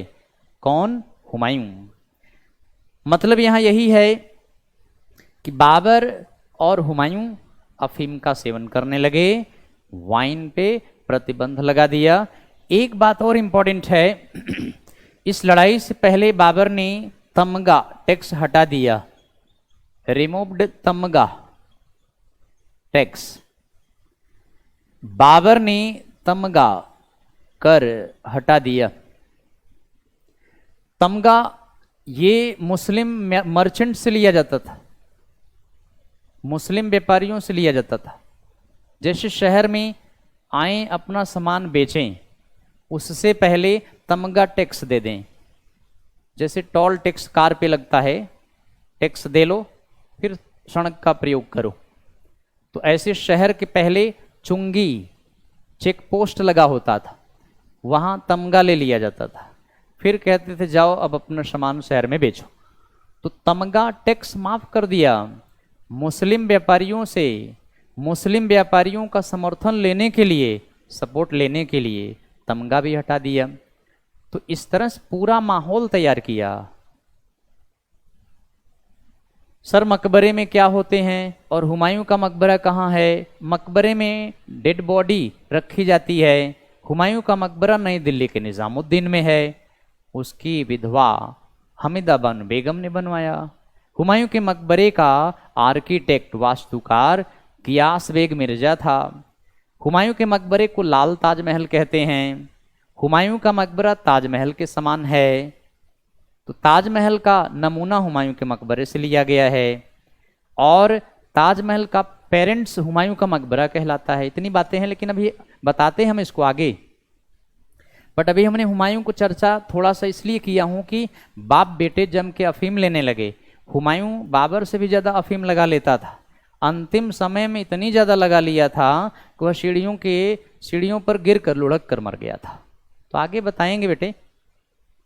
तो यहां तक क्लियर हो गया। फिर से हम एक बार इसको समझा देते हैं। 1527 में खानवा की लड़ाई भरतपुर के पास राजस्थान में है। बाबर ने इस लड़ाई में राणा सांगा को हराया। राणा सांगा सिसोदिया वंश के थे, मेवाड़ के शासक थे। मेवाड़ राजस्थान में है। दूसरी बात, बाबर के सिपाही राणा सांगा की बहादुरी की कहानी सुनकर बाबर के सिपाही लड़ने को तैयार नहीं हो रहे थे। इसलिए बाबर ने इस लड़ाई को जिहाद का नाम दे दिया, यानी धर्म युद्ध का नाम दे दिया, जिससे सिपाही लड़ें, भागे ना। वाइन पे प्रतिबंध लगा दिया, शराब पे प्रतिबंध लगा दिया, तमगा नामक कर हटा दिया, मुस्लिम व्यापारियों से लिया जाता था आज के जीएसटी की तरह, लेकिन ये टैक्स पहले ले लिया जाता था। तो इस तरह से बाबर ने अपने सैनिकों का मनोबल बढ़ाने के लिए जिहाद का नाम दिया, वाइन पे बैन लगा दिया, तमगा टैक्स हटा दिया।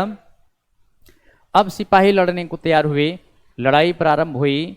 बाबर फ्रंट में आके नहीं लड़ा, बाबर अपने सेनापतियों को फ्रंट में किया था, लेकिन राणा सांगा अपने सेना का मनोबल बढ़ाने के लिए फ्रंट में हाथी पर बैठकर सैनिकों का नेतृत्व कर रहा था।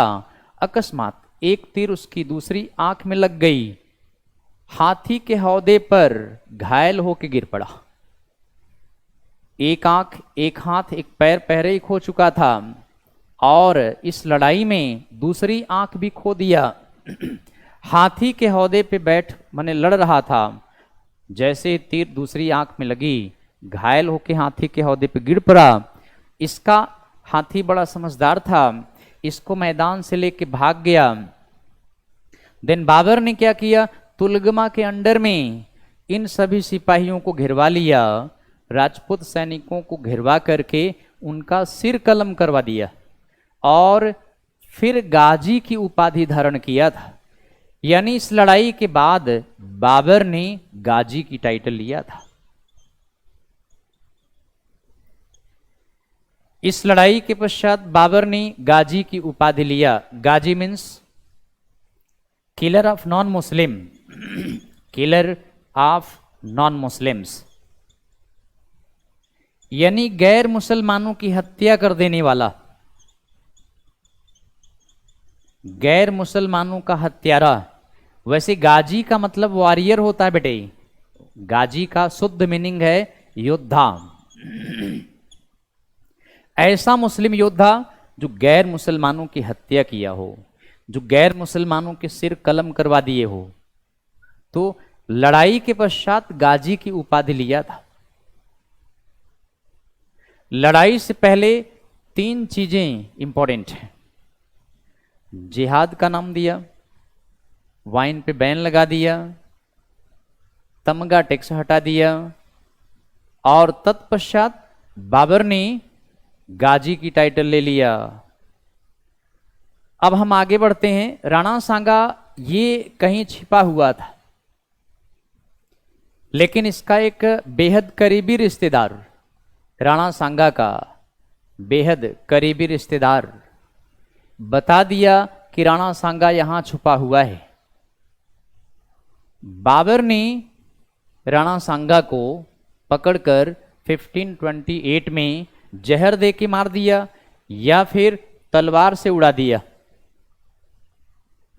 तो बेटे 1528 में राणा सांगा की हत्या बाबर ने कर दिया, वहां किया जहां वह छिपा हुआ था। बाबर का करीबी रिलेटिव ने, सॉरी बाबर का नहीं, राणा सांगा का एक करीबी रिलेटिव बाबर से मिल गया, बता दिया कि राणा सांगा वहां छुपा है। तो अगली लड़ाई से पूर्व राणा सांगा की हत्या हो गई। तो बेटे अपने ने अपनों को धोखा दिया, गैरों में कहां दम था। यह बात इंडिया में बहुत अप्लाई होती है, चाहे वह पृथ्वीराज चौहान के अगेंस्ट में जयचंद ने मोहम्मद गोरी का साथ दिया हो, चाहे मीर जाफर ने सिराजुद्दौला के अगेंस्ट अंग्रेजों का साथ दिया हो। तो अपने ही धोखा दिए हैं इंडिया में। अगर ये सभी राजपूत एकत्र होकर, एक होकर विदेशियों से लड़ते तो शायद इंडिया में विदेशी सफल ना हो पाते। बाबर ने राणा सांगा के बहनोई को भी नहीं बख्शा, कहा जब तुम अपने रिश्तेदार का नहीं हुए तो बाबर का कैसे हो पाओगे। इसलिए बाबर ने राणा सांगा के उस क्लोज रिश्तेदार की भी हत्या कर दिया। तो खुद तो डूबे सनम, दूसरों को भी डुबो दिया। तो ये विदेशी किसी का नहीं होते थे, काम निकल गया तो उसको भी मार देते थे कि जब ये अपने का ना हो सका तो हम तो बेगाने हैं, हमारा क्या होगा। तो इस तरह बेटे राणा सांगा मारा गया। राणा सांगा की विधवा रानी कर्णावती थी। रानी कर्णावती का नाबालिग बेटा राणा उदय सिंह सेकंड थे। तो बाद में रानी कर्णावती ने चित्तौड़ का शासन अपने बेटे राणा उदय सिंह के लिए चलाने लगी। राणा उदय सिंह अकबर के समय में लड़ाई लड़े थे, बताएंगे आपको।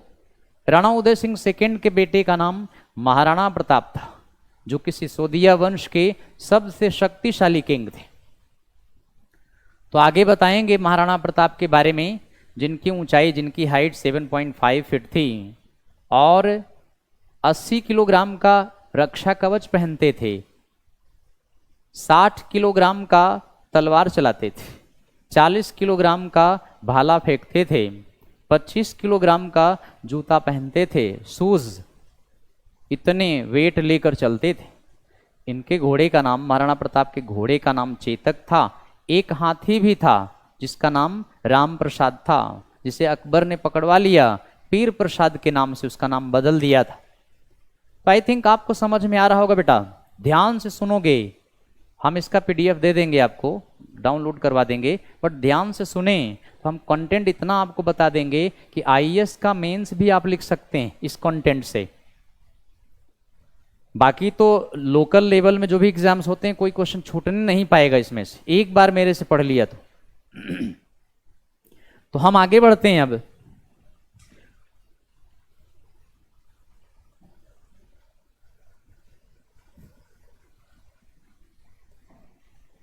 तो आगे हम आपको नेक्स्ट अगली लड़ाई अब आप देखें। नेक्स्ट लड़ाई हम आपको बताते हैं 1528 में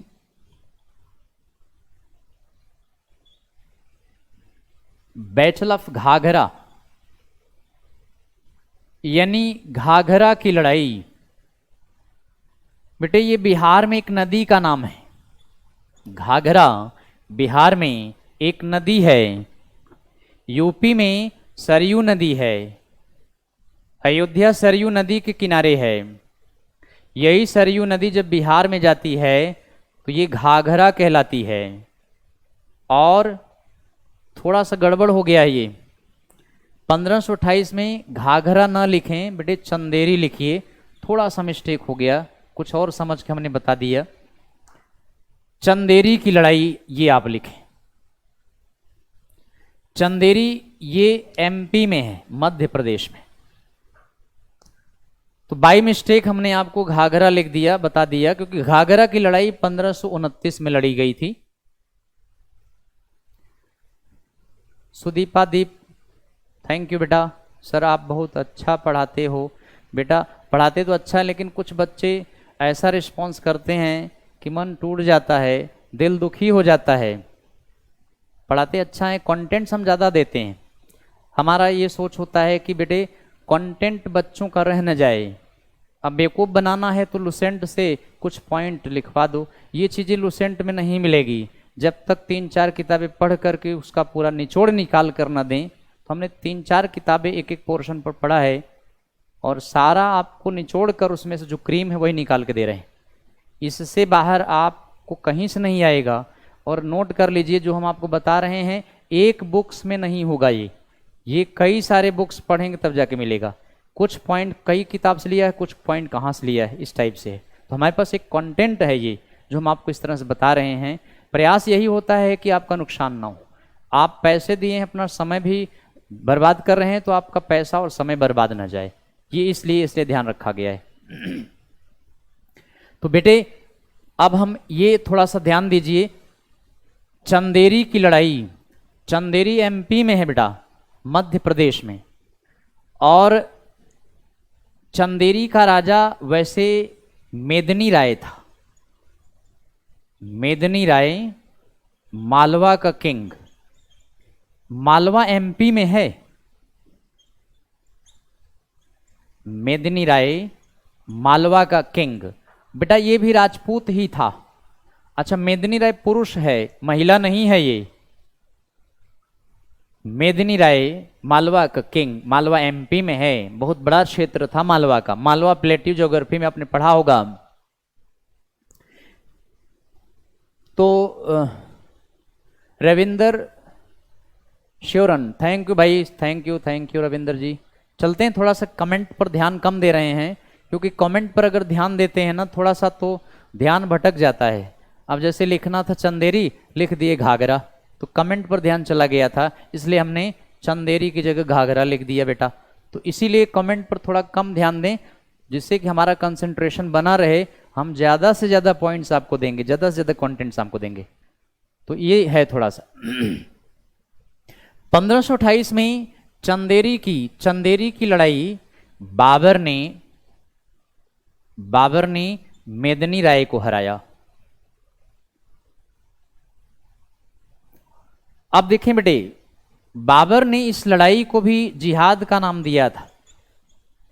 बाबर ने इसे भी जिहाद के नाम से लड़ा। तो एक बार ये प्रश्न पूछा गया कि कौन सी ऐसी लड़ाइयां बाबर ने जिहाद के नाम से लड़ा। तो यही 2 लड़ाई ध्यान रखें, खानवा की लड़ाई, चंदेरी की लड़ाई। बाबर ने धर्म युद्ध के नाम से लड़ा, जिहाद के नाम से लड़ा। बाबर ने ये सोचा कहीं राणा सांगा राजपूतों को इकट्ठा न कर दिया हो और ये राजपूत एक होकर कहीं बाबर को चंदेरी में न हरा दें, क्योंकि राणा सांगा छिप गया कहीं और प्लानिंग बनाने लगा। कई राजपूतों से कांटेक्ट भी किया, कई राजपूतों को अपने यहाँ बुलाया और प्लानिंग किया कि 1528 में जब बाबर चंदेरी की लड़ाई लड़ रहा होगा तो राणा सांगा अन्य राजपूत सैनिकों के साथ, अन्य राजपूत किंग के साथ बाबर पर पीछे से हमला करके खानवा की हार का बदला ले लेगा। इसीलिए बाबर ने 1528 में राणा सांगा की तो हत्या कर दिया। लेकिन दोस्तों राणा सांगा मारा गया 1528 में, बट बाबर को शक बनी रही कि कहीं राणा सांगा अपना काम न कर दिया हो, राजपूतों को इकट्ठा न कर दिया हो। इसलिए बाबर ने इस लड़ाई को भी जिहाद का नाम दे दिया। अपने सैनिकों का मनोबल गिरने नहीं देना चाहता था। हर कीमत पर वह अपने सैनिकों का मनोबल ऊंचा करके इंडिया के काफिरों के खिलाफ, जिम्मियों के खिलाफ या गैर मुसलमानों के खिलाफ बाबर जंग लड़ा। बाबर की सिपाही बड़ी बहादुरी से लड़े, इसलिए बाबर की सिपाही वेल ट्रेंड सेना थी, मनोबल की कमी नहीं थी। इंडिया में सिपाहियों में मनोबल की कमी थी। तो इस लड़ाई में जिहाद का नाम दिया। लड़ाई स्टार्ट हुई। राणा सांगा भी अपने सेना का नेतृत्व कर रहा था। राणा सांगा पकड़ा गया, इसको भी मार दिया गया था। तो मेदिनी राय युद्ध में हार गया और मेदिनी राय फिर मारा गया। तो हमने बेटे ये 3 लड़ाई इंडिया में, बड़ी इंपॉर्टेंट लड़ाई, इसको हमने बताया। अब बाबर की इंडिया में आखिरी लड़ाई 1529 में घाघरा की लड़ाई, बैटल ऑफ घाघरा। बेटा ये घाघरा बिहार में है और ये आगरे का घाघरा नहीं है बेटा, ये घाघरा नदी का नाम है। 1529 में घाघरा की लड़ाई में बाबर डिफीटेड महमूद लोदी। तो बेटे बाबर ने घाघरा की लड़ाई में महमूद लोदी को हराया। अब देखें महमूद लोदी कौन था।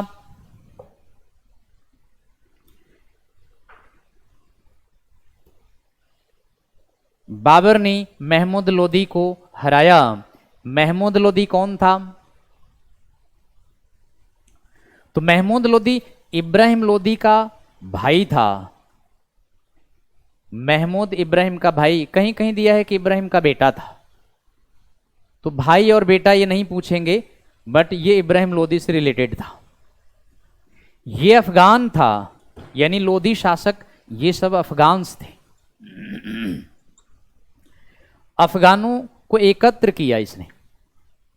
अफगानों को एकत्र करके महमूद लोदी बाबर से युद्ध लड़ा, लेकिन इस लड़ाई में महमूद हार गया।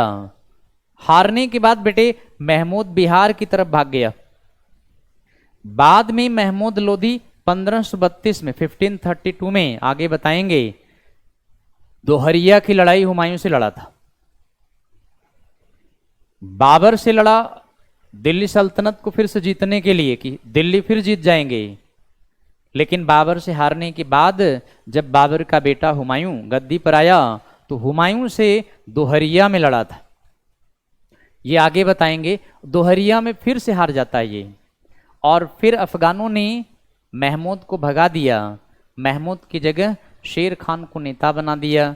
शेर खान ही शेर शाह है जिसने हुमायूं को बैक टू बैक 2 लड़ाई चौसा और कन्नौज में बुरी तरह से हराया था। तो ये हम आगे आपको डिस्कस करेंगे। अभी यहां पर हम दिखाते हैं आपको ये लड़ाई। एक बात जो बड़ा इंपॉर्टेंट है, शायद ये बात आपको बताई नहीं गई हो, घाघरा की ऐसी लड़ाई है इंडिया में पहली बार पानी की सतह पर भी लड़ा गया, जमीन पर भी लड़ा गया। फर्स्ट ऐसी लड़ाई है इंडिया में, वाटर सरफेस पर लड़ा गया, यानी पानी की सतह पर लड़ा गया। नाव के द्वारा पानी की सतह पर लड़ाई लड़ा गया और ग्राउंड पर भी लड़ा गया, यानी जमीन पर भी लड़ा गया। इससे पहले बेटे ऐसी लड़ाई नहीं लड़ी गई है इंडिया में। पहली बार ऐसा हुआ है कि महमूद लोदी नाव के द्वारा बाबर के सिपाहियों से पानी सतह पर लड़ा और जमीन पर भी लड़ा, बट हार गया, भाग गया। आगे एक लड़ाई और लड़ेगा, हुमायूं से बताएंगे आपको। तो यही 4 लड़ाई बाबर ने इंडिया में लड़ा। तो पानीपत में पानी पिया, खानवा में खाना खाया, चंदेरी में चाय पिया, घाघरा से घर गया और आगरा में मर गया। याद रहेगा ना 4 लड़ाई? पानी पिया पानीपत में, खाना खाया खानवा में, चाय पिया चंदेरी में, घर गया घाघरा से, मर गया आगरा में। तो ये याद रहेगा। तो आगे पॉइंट ये है, एक बड़ा इंपॉर्टेंट पॉइंट है कि बाबर के सेनापति मीर बाकी ने अयोध्या में बाबरी मस्जिद बनवाया।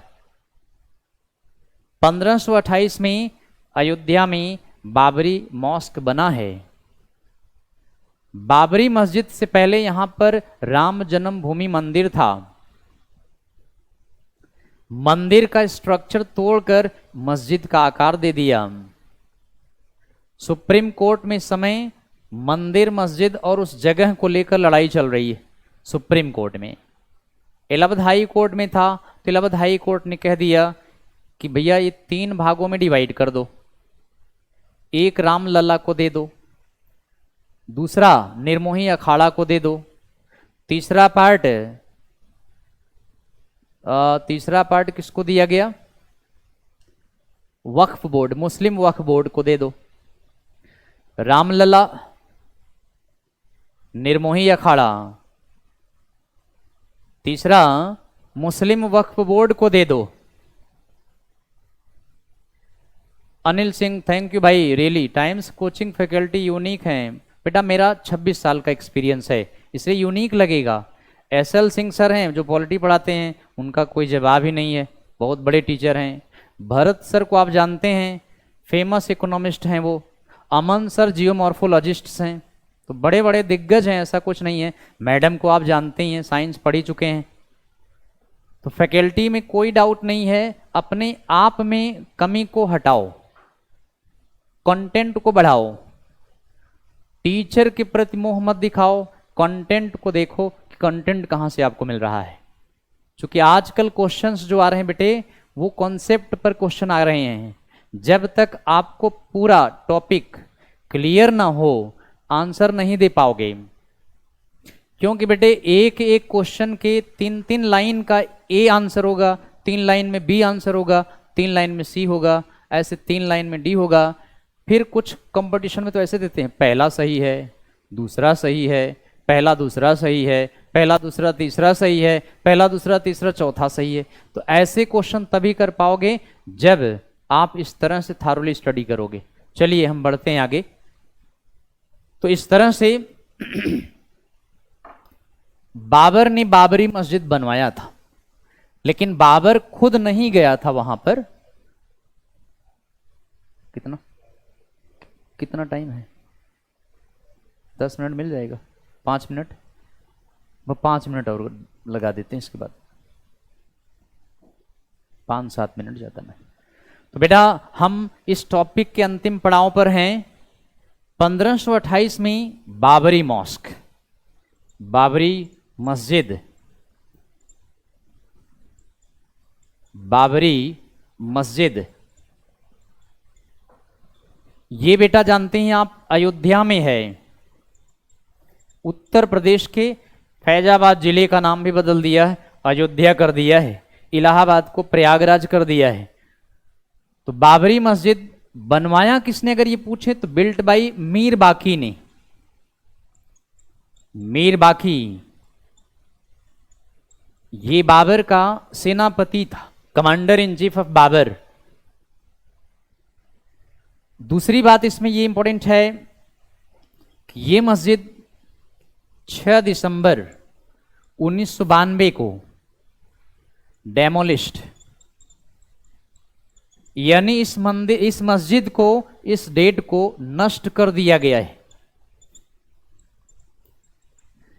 एल के अडवाणी ने कार सेवा स्टार्ट किया और इस तरह से यह मस्जिद इस डेट को नष्ट कर दिया गया है, तभी इसके लिए मुकदमा सुप्रीम कोर्ट में चल रहा है।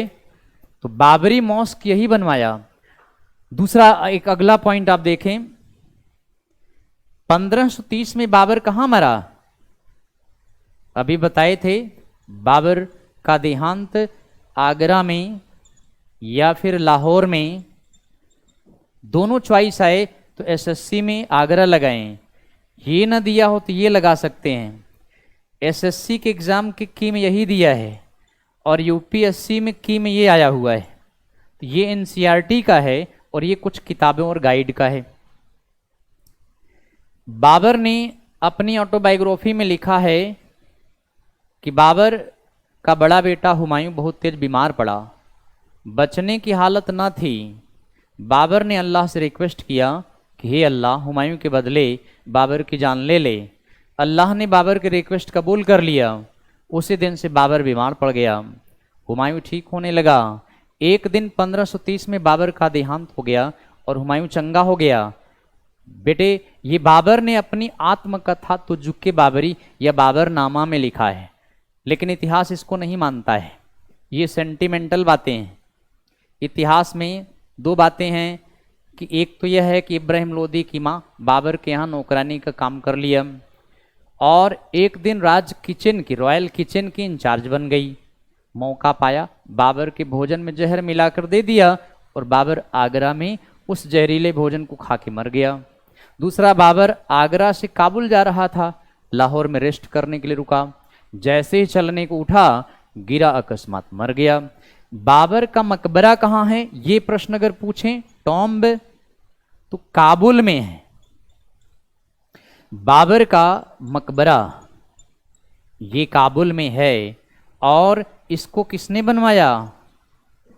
हुमायूं ने बनवाया था। तो बेटे, बाबर की इच्छा थी कि उसका मकबरा काबुल में बने, काबुल में बाबर का मकबरा हुमायूं ने बनवाया। एक बात और, बाबर की आत्मकथा तुजुक्के बाबरी,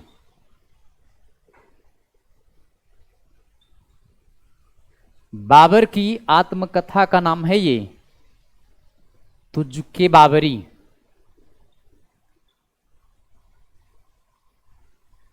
या एक नाम इसको और दिया गया बेटे, बाबरनामा। बाबरनामा। और ये किस भाषा में है? तुर्की भाषा में है। ये तुर्की लैंग्वेज में है। बड़ा इंपॉर्टेंट पॉइंट है, बाबर की आत्मकथा तुजुक्के बाबरी, बाबरनामा टर्किश लैंग्वेज में है, लेकिन इसको अब्दुल रहीम खाने खाना ने फारसी में अनुवाद किया है। अब्दुल रहीम अकबर के समय में बाबरनामा को पर्शियन में यानी फारसी में ट्रांसलेट किया है। ये एक बार ही प्रश्न पूछा गया है कि who translated Baburnama in Persian language? Abdul Rahim Khane Khana, जिनको रहीम दास भी कहा जाता है, जो अकबर के नवरत्नों में थे और जो हिंदी के प्रसिद्ध कवि थे रहीम दास। तो रहीम दास, पूरा नाम अब्दुल रहीम खाने खाना ने बाबरनामा को फारसी में ट्रांसलेट किया है। बाबर तुर्की का प्रकांड विद्वान था। तुर्की की एक नई शैली डेवलप किया था, मुवैया। ये आईएएस में एक बार क्वेश्चन पुटअप किया गया है, मुवैया। मुवैया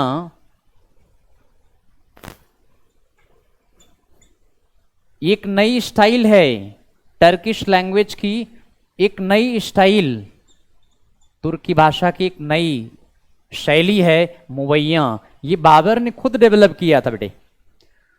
तो अंतिम पड़ाव में हम हैं इस टॉपिक पर। बाबर के 5 संतानें, बाबर की 5 संतानें। मैम 5 मिनट और बस जी। तो बाबर की 5 संतानें। बड़ा बेटा हुमायूं, दूसरा बेटा कामरान, तीसरा बेटा अस्करी, चौथा बेटा हिंदल, बेटी का नाम गुलबदन बेगम, बेटी गुलबदन बेगम थी। ये 5 संतानें हैं।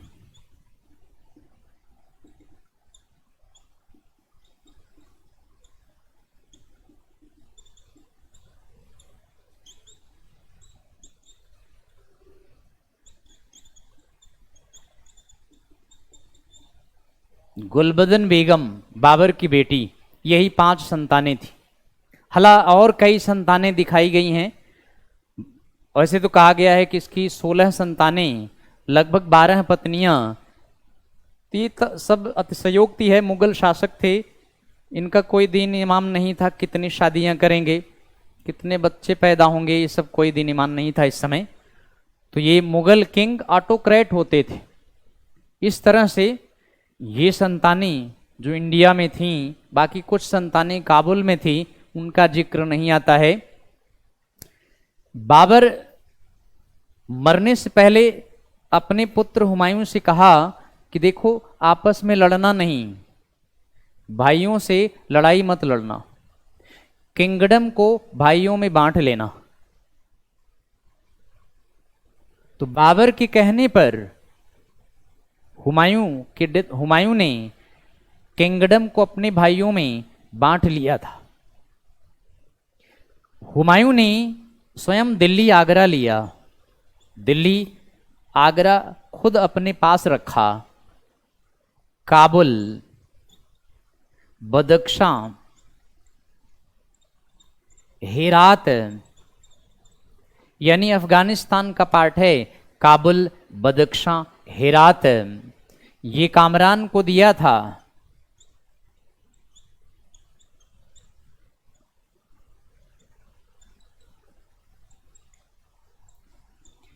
और अस्करी को संभल दे दिया। संभल ये उत्तर प्रदेश में, हिंदल को मेवात दे दिया। मेवात ये हरियाणा और राजस्थान का पार्ट है। ये हरियाणा राजस्थान का काफी भाग भी इसमें था। हरियाणा तो बाद में बना है, मेवात पहले एक सूबा था। तो ये इस सूबे को हिंदल को दे दिया और गुलबदन बेगम की शादी कर दिया, ससुराल भिजवा दिया। लेकिन गुलबदन बेगम ने हुमायूं नामा लिखा है। हुमायूं नामा, हुमायूं नामा ये फारसी में है बेटे। तो इस तरह से गुलबदन बेगम ने हुमायूं नामा फारसी में लिखा है। और हुमायूं नामा हुमायूं की बायोग्राफी है, हुमायूं की जीवनी है ये।